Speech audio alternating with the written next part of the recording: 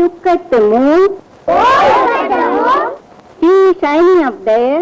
She is shining up there. Oh, mother, she looks. Oh, mother, she looks. Like a lamp in the air.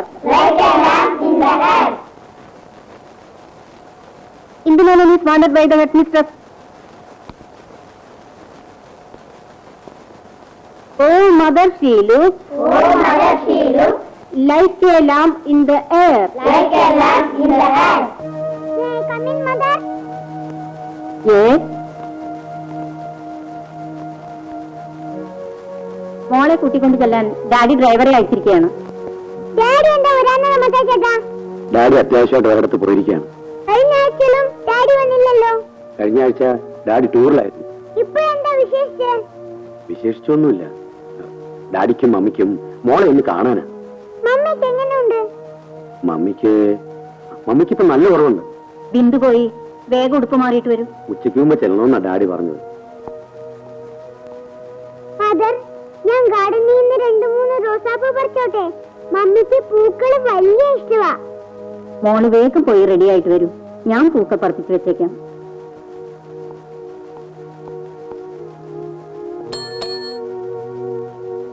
Mother, Radhe, തോട്ടത്തിന് 3-4 നല്ല റോസാപ്പൂക്കൾ പറിച്ചുകൊണ്ടുവരും. ബിന്ദുമോൾക്ക് കൊടുത്തയക്കാനാ. ബിന്ദുമോളുടെ daddy അദ്ദേഹം ആശുപത്രിയിലുണ്ട്. ഭാര്യയുടെ നില ഗുരുതരമായതുകൊണ്ട് വെല്ലൂരിൽ നിന്ന് വലിയൊരു ഡോക്ടറെ വരുത്തിയിട്ടുണ്ട്. ആര് നോക്കിയാലും ദൈവം നിശ്ചയിക്കുന്ന പോലെ അല്ലാതെ നടക്കുമോ മദർ?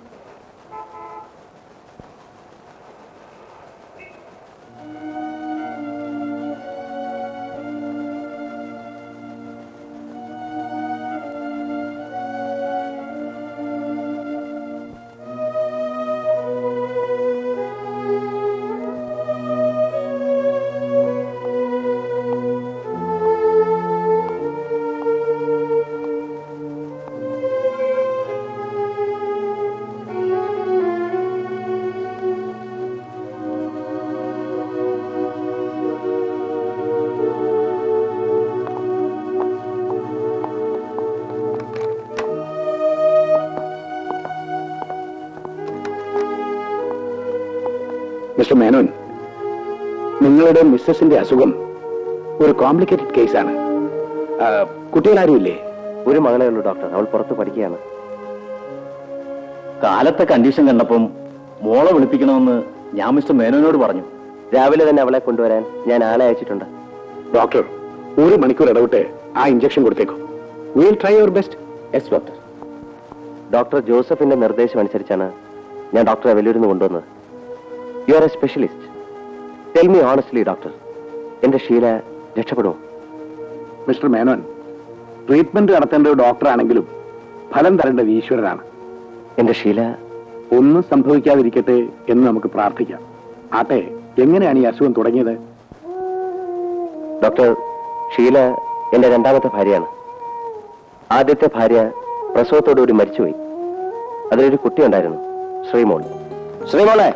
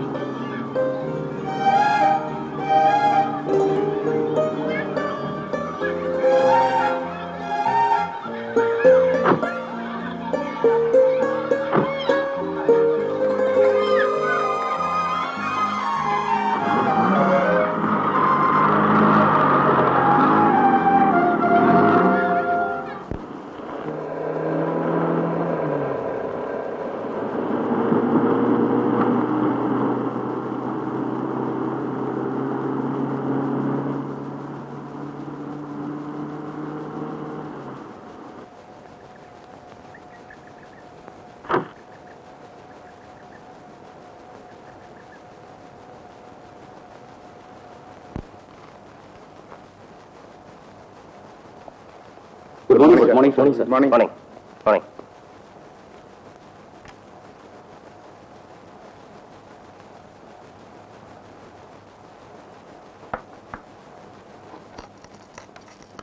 സാർ, ഞാൻ പറഞ്ഞ കുട്ടി വന്നിട്ടുണ്ട്. വരാൻ പറയൂ. ഓ, സൗകര്യം പോലെ മതി. വക്കച്ച വരാൻ പറയാൻ. എന്തോ അവരോട് വരാൻ പറയാൻ. ആ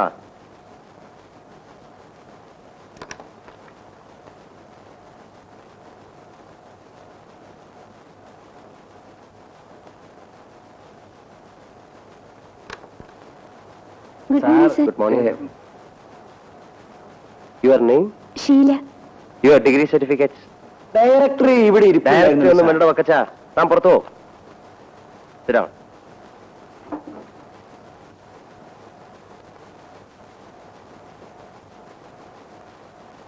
ഒരു പേഴ്സണൽ അസിസ്റ്റന്റിന്റെ ജോലികൾ എന്തൊക്കെയാണെന്ന് അറിയാം? കുറച്ചൊക്കെ വായിച്ചറിഞ്ഞിട്ടുണ്ട് സർ. കുറച്ചായിട്ടൊന്നും അറിയരുത്. ഒന്നുകിൽ പൂർണ്ണമായിട്ടെല്ലാം അറിയുക, അല്ലെങ്കിൽ അറിയാതിരിക്കുക. You are appointed. Thank you sir. എവിടെ താമസം? വർക്ക് വുമൻസ് ഹോസ്റ്റലിൽ കൂടാമെന്നാണ് കരുതുന്നത്. അവിടെ എന്റെ ഒരു കൂട്ടുകാരിയുണ്ട്. ഇവിടുത്തെ വർക്കെല്ലാം കഴിയും വേഗം മനസ്സിലാക്കിയെടുക്കുക. ബെല്ലടിക്കുന്നതോ? എന്താ എടോ ബെല്ലടിക്കുന്നെന്ന്? വക്കച്ച, ഇവർക്ക് സീറ്റ് കാണിച്ചു കൊടുക്കുക. പോസ്റ്റ് ഇതുവരെ വന്നില്ല സാർ. എടോ, ഇവർക്ക് ഇരിക്കാനുള്ള സീറ്റ് കാണിച്ചു കൊടുക്കാനാ പറഞ്ഞത്. ബാബോളെ,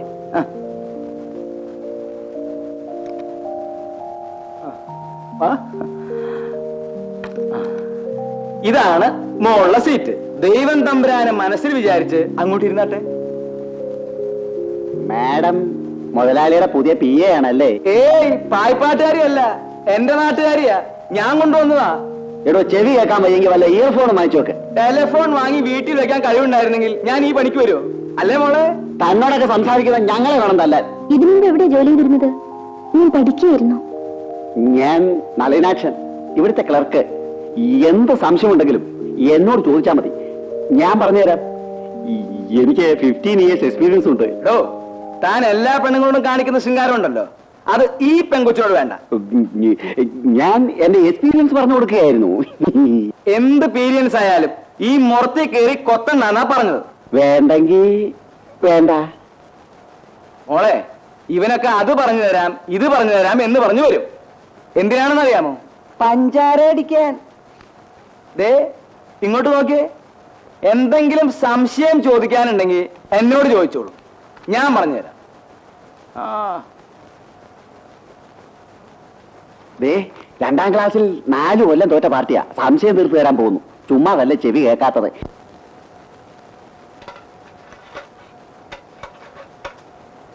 അപ്പൊ മൊത്തം 27 ഇഷ്ടിക പൊട്ടിപ്പോയിട്ടുണ്ടല്ലേ? അതെ. അത് കുറയ്ക്കണ്ടേ? ഇത്രയധികം ഇഷ്ടി ഇറക്കുമ്പോ 10-27 പൊട്ടിപ്പോയത് അതൊരു കണക്കാക്കി എടുക്കാവോ സത്യശീലൻ സാറേ? താൻ എന്താ വിളിച്ചത്? സത്യശീലൻ സാറേന്ന്. അപ്പോ എന്റെ പേര് തനിക്കറിയാം, സത്യശീലൻ. അതായത് സത്യം ശീലമാക്കിയിട്ടുള്ളവൻ. ഒരു മണത്തരിയുടെ കാര്യത്തിൽ പോലും എന്റെ മുതലാളിക്ക് സത്യദോഷം ചെയ്തിട്ടില്ല ഇതുവരെ. അടുത്ത തവണ ഇറക്കുമ്പോ 27 ഇഷ്ടിക കൂടുതൽ ഇറക്കിയേക്കണം. മനസ്സിലായോ? മനസ്സിലായി. ആ ശരി. ആ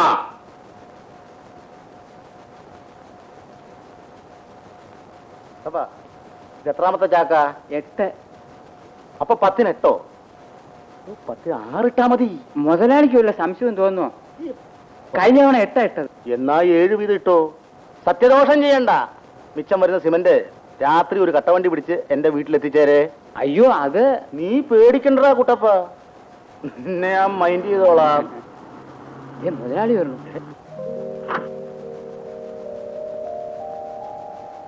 എടാ, വടക്കേ ഇന്ത്യയിൽ ഈയിടെ ഒരു പാലം തകർന്ന് അതീ വീണ് കുളമായത് നീ വായിച്ചില്ലേ? എന്താ കാര്യമെന്നറിയാവോ? സിമന്റ്. സിമന്റാ? അല്ല, നിന്റെ തല. എന്താ സത്യശീല? അല്ല സാർ, ഈ സിമന്റ് മിക്സ് ചെയ്യുന്ന കാര്യം പറയായിരുന്നു. 10-ന് 8 ഇട്ടാ പോയെന്നാ കുട്ടപ്പൻ ചോദിക്കുന്നത്. 10-ന് 8 മതിയല്ലോ. അയ്യോ, അത് പോരെ സാർ. ഇപ്പോഴത്തെ സിമന്റ് അല്ലേ, വിശ്വസിച്ചുകൂടാ. അതുകൊണ്ട് 10-ന് 9 തീർച്ചയായും ഇടണമെന്ന് ഞാൻ പറയുകയായിരുന്നു. 10-ന് 8 മതി, നല്ല സ്ട്രോങ് ആയിരിക്കും. ആ, എന്നാ കുട്ടുമതി ഏട്ടപ്പ. അല്ല, 8 മതി കുട്ടപ്പ. ആ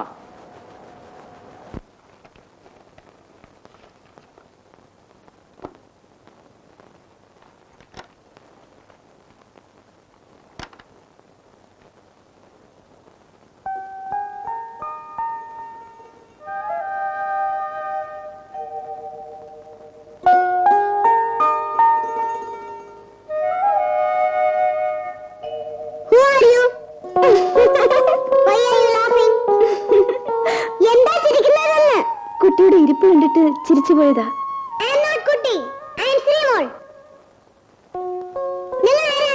ഞാൻ ഷീല, സാറിന്റെ പുതിയ പി ആണ്.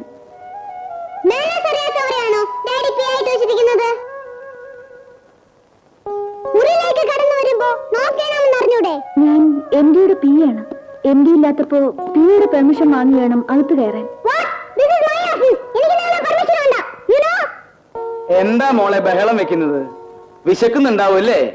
ജ്യൂസും ബിസ്ക്കറ്റും റെഡി. കുടിക്ക്. സാറിന്റെ മോളാ. വൈകിട്ട് സ്കൂള് വിട്ടാ നേരെ ഇവിടെ വരും. പിന്നെ ഡാഡി മോളും കൂടിയാ പോകുന്നത്. എന്നെ വിറപ്പിച്ചു കഴിഞ്ഞു.